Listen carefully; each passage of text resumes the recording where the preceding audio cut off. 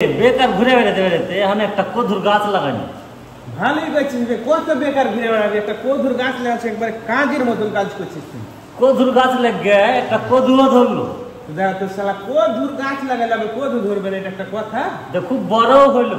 দেখ তো কদু যদি ধরে তো কদু তো বড় হবেই, হাটে নিয়ে কোনো বিক্রি করতে। দেখ তো শালা কদুর গাছে কদু ধরলো তো তুই বেচতে যে হাটে নিয়ে যাবি না, তুই অত বড় কদু খাইতে পারবি?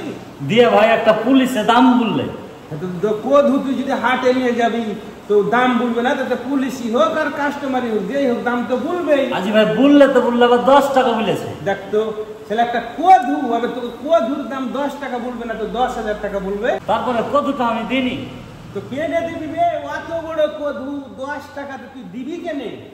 তারপরে পুলিশটাকে এক থাপ্পড় দিয়ে থানায় চলে গেল। দেখ তো তোকে এক থাপ্পড় দিবে, তোকে ঠিকই করেছে। তুই কদু জিনিস তুই কেনে দিবি না 10 টাকা, তো পুলিশটাকে দিবি না কেনে হাতে, তোকে তো মারাই ভালো। তারপরে দুদিন ছুঁয়ে আমাকে আবার ছেড়ে দিলে। দেখ তো আমি তোকে ছাড়বে না কেনে, তো তুই বিহাই টাকা দেখতে হবে না, ওই লেগে তো ভয়ে ছেড়ে দিয়েছে তোকে। তুমি বিহাই না শত্রু, ওর দিক থেকে কথা সত্য আনছো তুমি। দেখ তো আমি মাঝখান থেকে কথা বলছি।